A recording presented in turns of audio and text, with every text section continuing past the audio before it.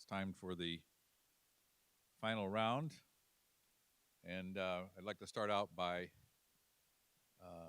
asking for a give it up for Wendy and Mark for organizing this. And Oyuna told me she doesn't work on Saturdays, but Oyuna also should deserve a lot of credit for pulling this all together. And I was just mostly the figurehead. So let's announce the two finalist teams. First, Slytherin, Anna Bilgen, Ellen Martin, and Luke Marks. Come on up. And they will be facing off against MSD. Sounds like a food additive to me, but MSD, Megan Meintz, Stephanie Coney, and David Roby.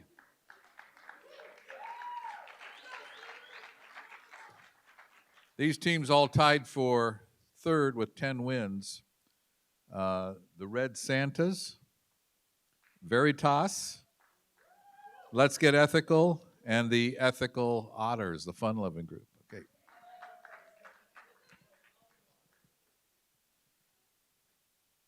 Okay, the Slytherin captain. Who's the Slytherin captain? Yeah. All right, Ellen. You call it in the air. All right? Heads or tails. Ready? It is tails. So our team MSD gets to decide to go first or second. Second. Ellen, you get to pick your case here. All right. Open it up and let's see what you got. Now, the way this will work is they will have 5 minutes. Then the opposing team will have 5 minutes to ask questions. And then the judges will have 5 minutes to ask questions. Open it up. Yeah.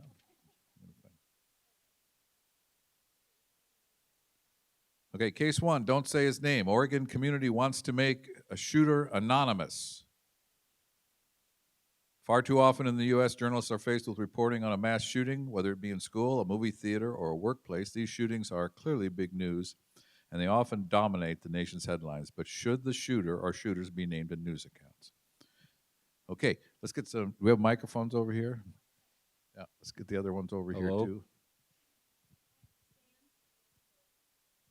I'm good with holding. Okay. All right. Turn them on.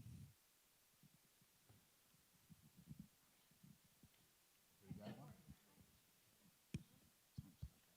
right, let me get my clock going here, and then we will be underway.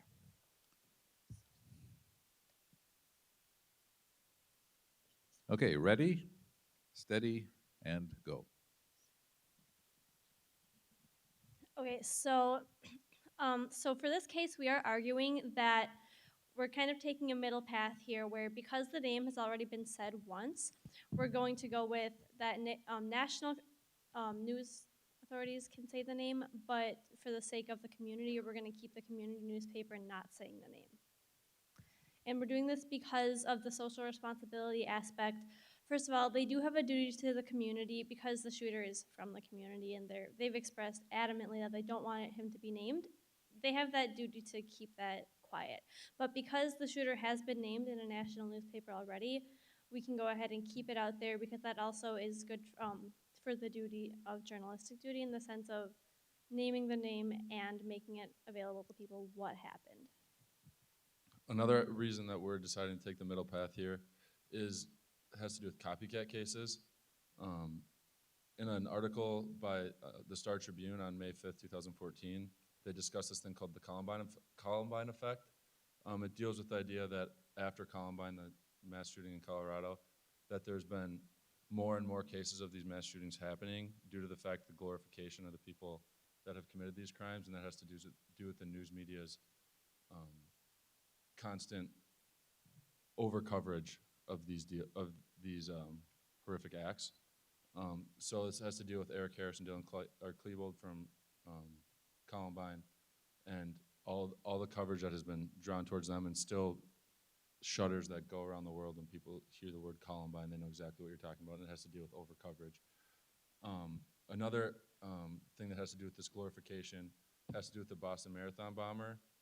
By bringing more attention to this, we could have a case where other news outlets would potentially glorify them as well, like Rolling Stone did with the Boston Marathon bomber. If you haven't heard of that case, that's when the Rolling Stone put the younger of the two bombers on the cover, and he graced it almost more like a rock star would or a celebrity would, more so than like a mugshot, and it almost sympathized with him on the headline on the front.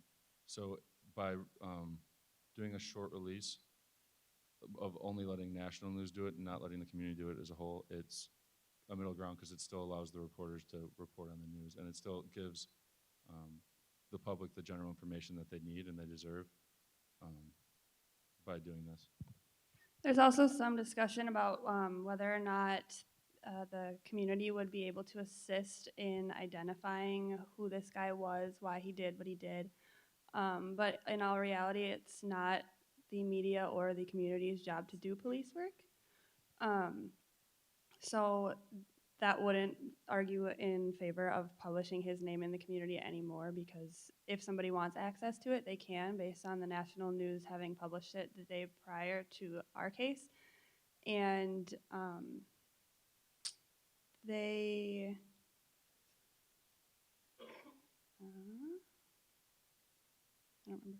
To continue off my argument, back to the Columbine effect, and the direct example of this is John David Ledoux. He was someone that idolized Eric Harris and Dylan Klebold, and he obsessed over Columbine based on the overcoverage, and he obsessed to the point where he planned a mass killing on the anniversary of Columbine. He stockpiled pictures and videos of Harris and Klebold, and if you're not familiar with the Columbine case, Harris and Klebold like journalized the entire thing they did, with both videos and journal entries of their plans and why they plan to do them, and it was all released. The case also touches on how much of an outcast the shooter actually was. So to go back to being able to do police work, it's unlikely that the community would have much information to provide the police, since he was stated as being not very memorable. So just to harken back to there will be obviously there's an investigation regardless of whether or not the local papers are continuing to publish the shooter's name. Yeah, so in conclusion, we believe that Buddha's middle path and taking a middle ground on this is the most ethical decision to do, purely because it offers protection as far as copycat cases, and it also does not glorify the shooter in any way, but it also allows the public to get the substantial amount of information that they want, that they deserve through the First Amendment. So that's it. Thank you.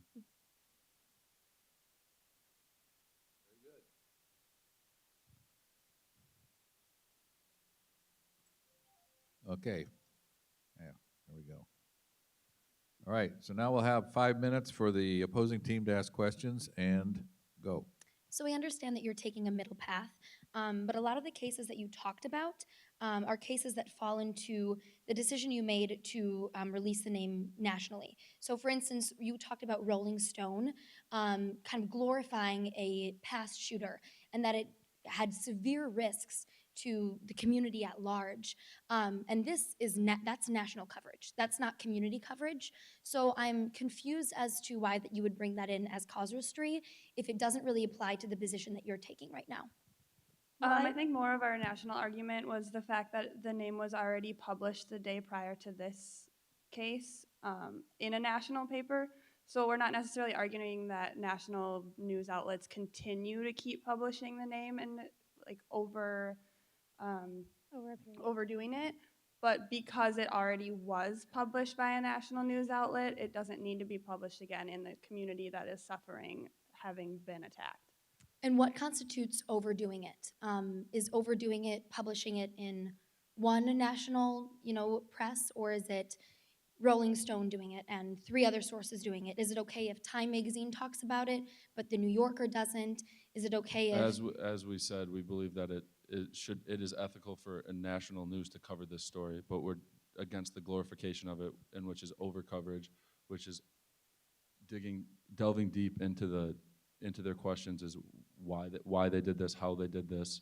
Like I said in the Columbine effect, when the Columbine shooting happened, the media's direct response was to delve deep, and they released the journals and the videos and the pictures, and that constitutes over publication and glorification. And I think what we're saying is we just don't want them to be treated like celebrities. So my question has to do with accuracy.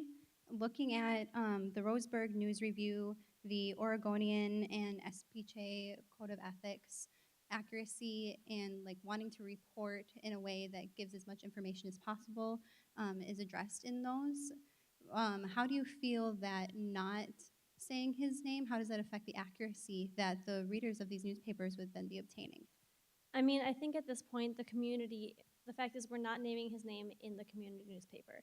The people in the community know him about as well as they're going to, as they've said he wasn't very memorable. So by putting all this information into the newspaper that they've made very clear they don't want to know, it wouldn't be of any benefit. And also those people that are looking for such information, we live in a day and age in which Google is a thing. And if you Google the Oregon shooting case, you will find the name if it's being published in in other news sources. By keeping it out of the local papers, it's in respect to the local community and their wishes.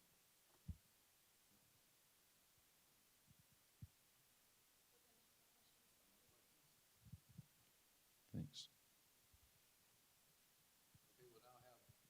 Hello. Now we'll have 5 minutes for our judges to ask questions.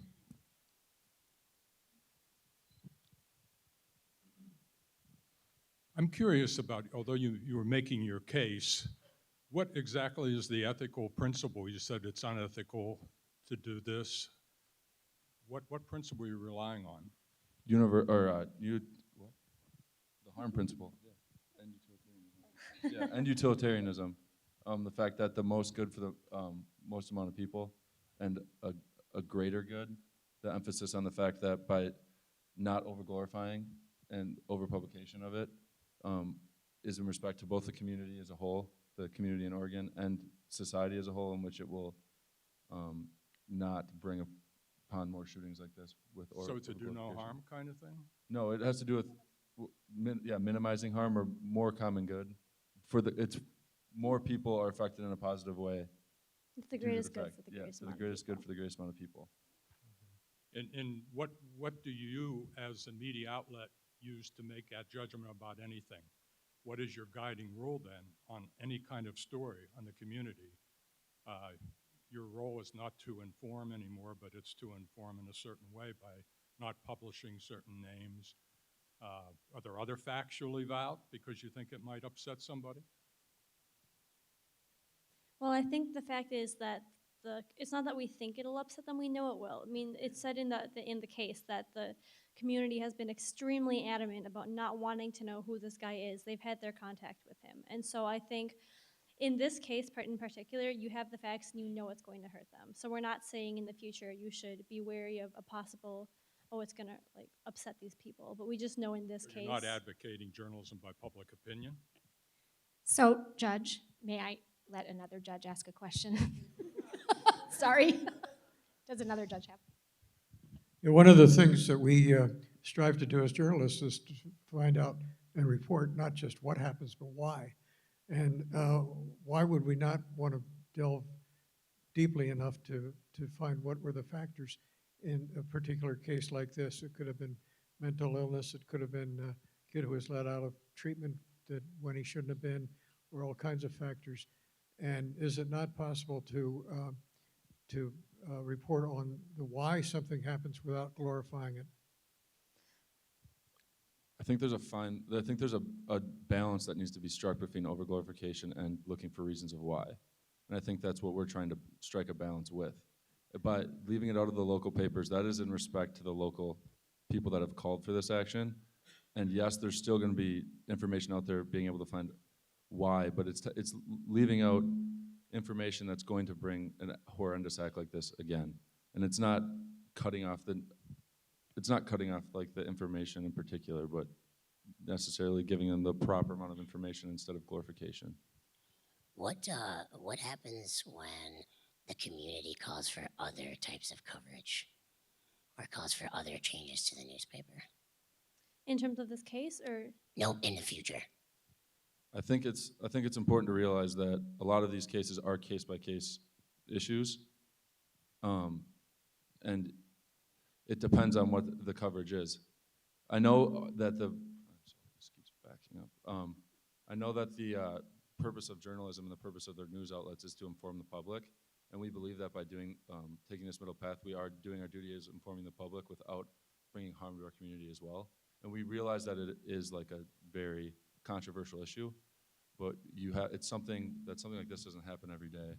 It's something that you have to take on a case by case basis, if that makes sense. I think you can too take into account the amount of time that has passed since the incident actually occurred. If we're talking about informing the public on why something happened, that should happen once there has been a thorough investigation. I know a lot of reporting immediately after the fact is just a lot of speculation, and that's not helpful in any way. I'd like to return to the one thing you mentioned. I mean, how well does this distinction between local and national work in an age where most people are getting their information online or on mobile devices?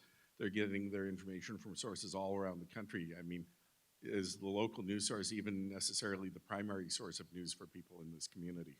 And that's why we're doing this. Is we are not attempting to control the thoughts of this one community through national news coverage that everyone's reading. These are news sources that they are primarily only going to see. We're not keeping out of the New York Times and stuff and places like that due to the fact that the information that they see in like local newspapers is something that they're going to gravitate to. Do I have to stop? Oh, I thought Do they get to finish their answer? You Or? can finish your sentence. I'm sorry. a lot of ands and buts. No, I'm just kidding. What was I going to say? Yeah, it just points to the fact that the information will still be out there, but it won't be in their face in their direct community, if that makes sense. Thank you. Okay, very good. Now we'll go to the MSD team. We'll open their case. Get the microphones in place. This is case 3. A school surprise was an advertising ploy. Jack Black's appearance was a publicity gimmick for his new movie. Should public schools be commercial-free zones? One of the few places where capitalism is held at bay. Places that say no to commercial messages, even though those messages have a chance of benefiting the school's curricular and extracurricular activities, and therefore the students. So we're going to hear from MSD, and they have 5 minutes to state their case. In the case of Jack Black and his promotion stunt at the elementary school, we see 2 main sources informing this dilemma. One being that this was a surprise appearance meant to be entertaining for the young students. Another being that the students are a captive audience for this promotion that does violate the school's policy. We have 3 main sources of justification to support our stance that it is indeed unethical for an advertising company to use the students as a captive audience. Those being codes of ethics, moral philosophers, and casuistry.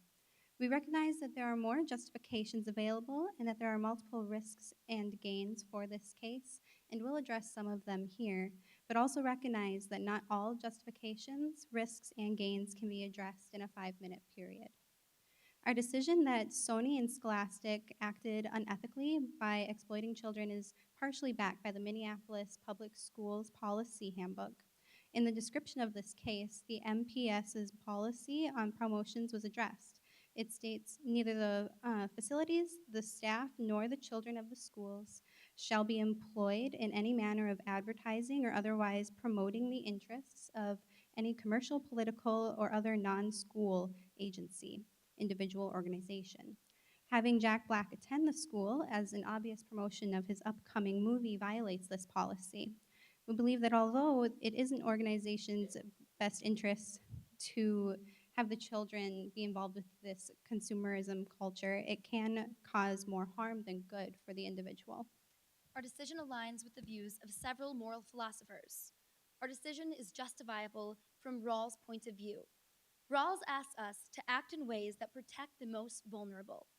Children are incredibly vulnerable and moldable, especially in an educational setting like the school. By presenting children with publicity for a movie instead of the education they should be receiving at school, we are compromising their education and taking advantage of their vulnerability. Our decision is justifiable from Kant's point of view. Kant asks us to act in a way that supports pure motivations. While examining the motivations of Jack Black and his team, we must ask ourselves, were the motivations pure? While examining the motivations of the school, we must ask ourselves again, were the motivations pure? In both cases, we believe that the motivations were not pure. Jack Black's appearance was merely a publicity stunt, and the school had no interest in working to educate the children during that stunt, just using the opportunity for press. Both of these motivations were not pure, therefore Kant would agree with this case being unethical. Our research found that kids are very susceptible to advertising, and younger kids especially cannot understand the purpose and goals of marketing. Marketing to kids has become a multi-billion-dollar industry, and there are plenty of advertisements that they see in school on a daily basis. Ads are played on the radio of school buses, plastered on lockers, and are played on the school's television. If this advertisement isn't encouraging learning or the reading of the actual Goosebumps book series, it has no place in school, especially without the parents' knowledge ahead of time of knowing what their kid is being exposed to. This use of stealthy marketing doesn't represent pure motivation either. With the trend of more kids picking up tablets instead of books, using kids in school as a marketing platform is ethically wrong to continue to support that behavior. We have provided three main sources of justification to support our stance that it is indeed unethical for an advertising company to use students as a captive audience. In the end, the three justifications are the most ethical in this case because one, it clearly violates the school's policy on advertising to students. Two, by letting Jack Black come and speak at the school in a publicity stunt, we are not protecting the most vulnerable. Our children or the school are not exhibiting pure motivation. And lastly, our research has shown that children are indeed vulnerable to advertising, and the motive behind this advertising does not encourage educational learning. Thank you.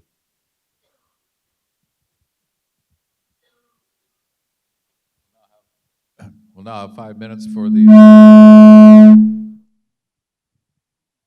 We'll now have 5 minutes for the opposing team to ask questions. You mentioned that the Jack Black's visit actually didn't encourage the kids to be reading. Do you have anything to back that up, that they were not encouraged to read? The appearance was actually a promotion for his movie, so he plays no role in the actual books. Publicity for a movie is very different than the books. You can use any other situation, just having, Daniel Radcliffe come to a school and talk about Harry Potter 4 doesn't mean that we're encouraging students to read the whole series. So it's a very different thing. Movies and books are essentially, at their foundations, extremely different media texts. And so encouraging by having a forefront figure of a movie to give publicity is very different from having, for instance, the author of the book or a representative from the author of the book. Very different situation. Did this not occur during Scholastic Reading Week? It was a promotion for Scholastic Reading Week, so wouldn't that in turn disprove that it was not for educational purposes? Well, it's just that it's not, that in itself, Jack Black coming to speak about the Goosebumps movie is what we deemed not educational. And several parents, as you read in the case, were very put aside the fact that this was worked into the school curriculum, that a visit from a prominent celebrity was worked in, and Scholastic Reading has very little to do with the Goosebumps movie. So would you discount the fact that Goosebumps is a very popular book series and that the movie presented an opportunity to also promote the books? I don't think that you necessarily need to discount that, but again, when they come to promote, when they came to promote the movie, they were not necessarily promoting the books. It would be different if they like came and were like, yes, the movie and also the books, and this is a great learning opportunity, but it was not necessarily presented that way. I think she's saying does the promotion. Yeah. I think she's saying does the promotion of the book or of the movie is the movie not in turn a promotion of the books? No, not necessarily. I mean, I've never read any of the Harry Potter books, but I've seen all the movies. So I know, sorry. So no, not necessarily. I mean, yeah, I think I was going to ask a similar question. So if they're viewing the movie, what's to say that they're not going to want to read? And further, you were talking about how their motivations were not pure. How can you be absolutely certain of what their motivations were without them outright saying it? I think going off of like the school's policy that like the students, the parents, the advertising committee that came in are aware that in the policy it says that they are not supposed to be advertising for non-educational purposes. And so I believe that plays a role in it. And we have mentioned several times, which I can mention again, the fact that a movie and a book is very, very, very different. They are very different mediated texts to review. And by telling a child, go watch this movie, that is not an explicit request to read a book. Perhaps it might, encourage some child to go watch, go read the book, but that's not something that we can for sure stamp of, yep, that's going to happen.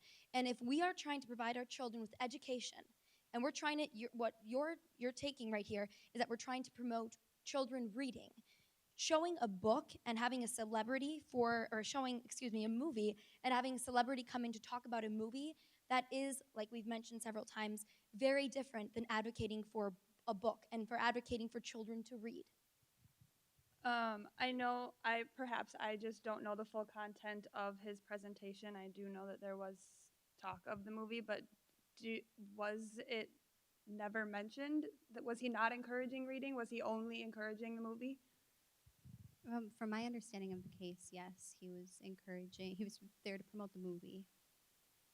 It was a screening of the movie, and it was a promotion of the Goosebumps brand as a whole. So I guess the only thing I'm confused on is I don't really see how you've disproved the fact that the movie is a mode in promoting reading of the books for the children. I realize the books and movies are very different. My question would be,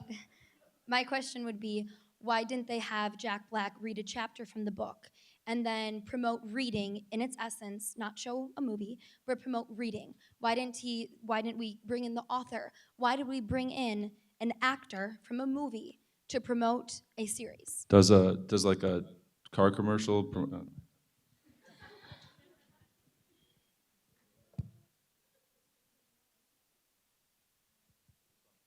Who'd have thunk that would get everybody going? So that's a good one. Now we'll have 5 minutes of questions from our judges. So I have a question regarding the actual author or the writer for this particular case. The very bottom of the case, it said that he is on the board. He's a board member for the Campaign for a Commercial-Free Childhood. What do you have to say about that conflict of interest that creates in writing this article? I think that as journalists, whether we are in PR or writing for like a news organization or we're doing advertising, one of the things that we have to ask ourselves is like, what is our conflict of interest? And I think that I think there is a conflict of interest. That he's there to promote something that he's created, but he also is supposed to be following like this ethical guideline about not promoting to children per se. And then also realizing that the school does have a policy of not advertising to children.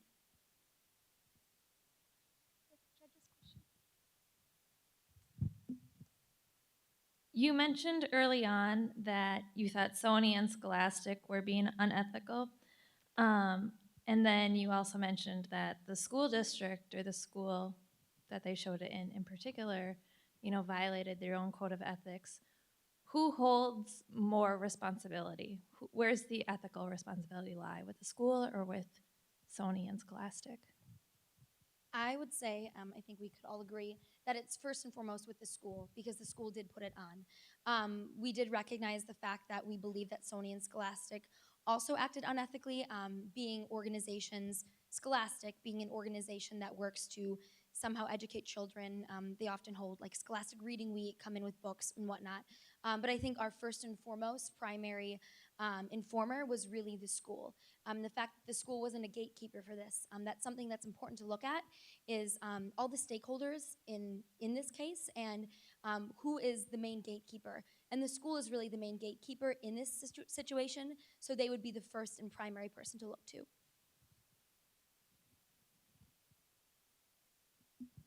If bringing in the character in the movie is a violation of the school district's policy, isn't showing a preview of the movie just as ethically deficient? I mean, what's the difference except perhaps one of degree? Yeah, I believe, or I guess we in our research found that whether you are showing like a section of the movie or if you are having an actor come in or you're doing both, they're not, and they're breaking the school's policy, then that is unethical. That was, I would say, the main thing that informed our stance on this case is that it doesn't matter if it's just the actor or if it's just like a movie clip. If this were a promotion for the Goosebumps books, wouldn't this equally violate the policy and, under your argument, be equally unethical in the sense that it would still be advertising and promotion for commercial purposes? I think that, like, going back to the fact that it's Scholastic Reading Week and that they're trying to promote, like, reading specifically, then if they're promoting the book, not necessarily. I think the main issue for us in this case is that it's like book versus movie. And I think also recognizing that that would just be a very separate case. That would take a very separate moral lens to look at that case versus looking at this case using Jack Black at the forefront. And like we mentioned, really we were just diving deep into realizing that it was a movie that they were showing and a movie that they were publicizing and not, just in its essence, reading during Scholastic Week of Reading.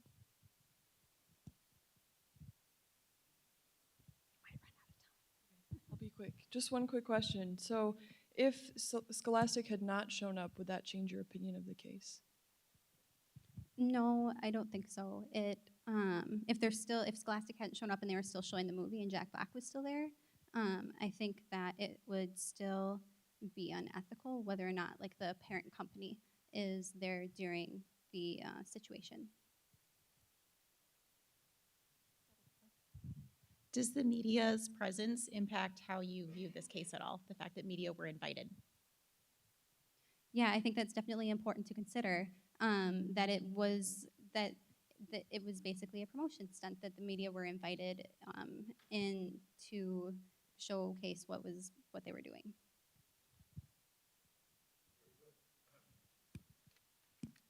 Very good. Being the rookie up here, I'm not sure what the next step is, Wendy. Wendy, help. Judges will now put their Here. we will come and collect the ballots, and we will have a winner shortly. Okay. So hang tight for a moment. Very good. So Dr. Mark Newsel will come up and entertain us. No, I guess that's not what he's doing there.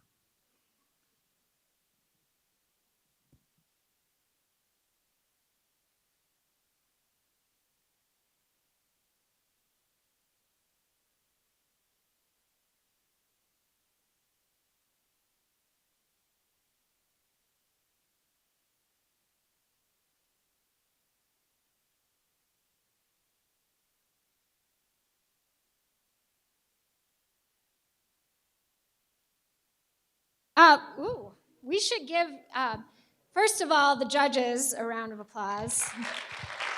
Thank you again for donating your time. And we should also give both teams a round of applause.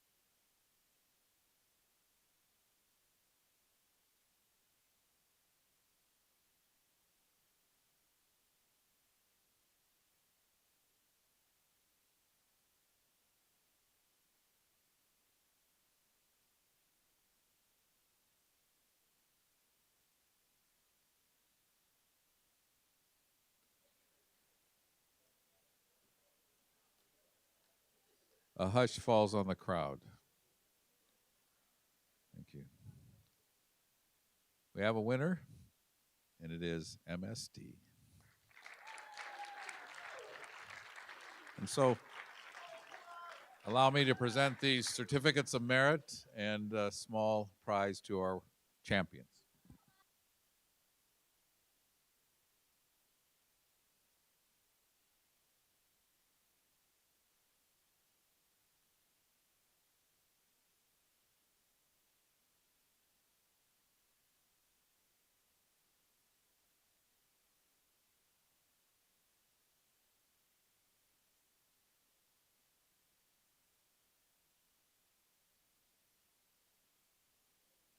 As we say in the game of hockey, thank you for coming to the ring tonight and drive carefully going home.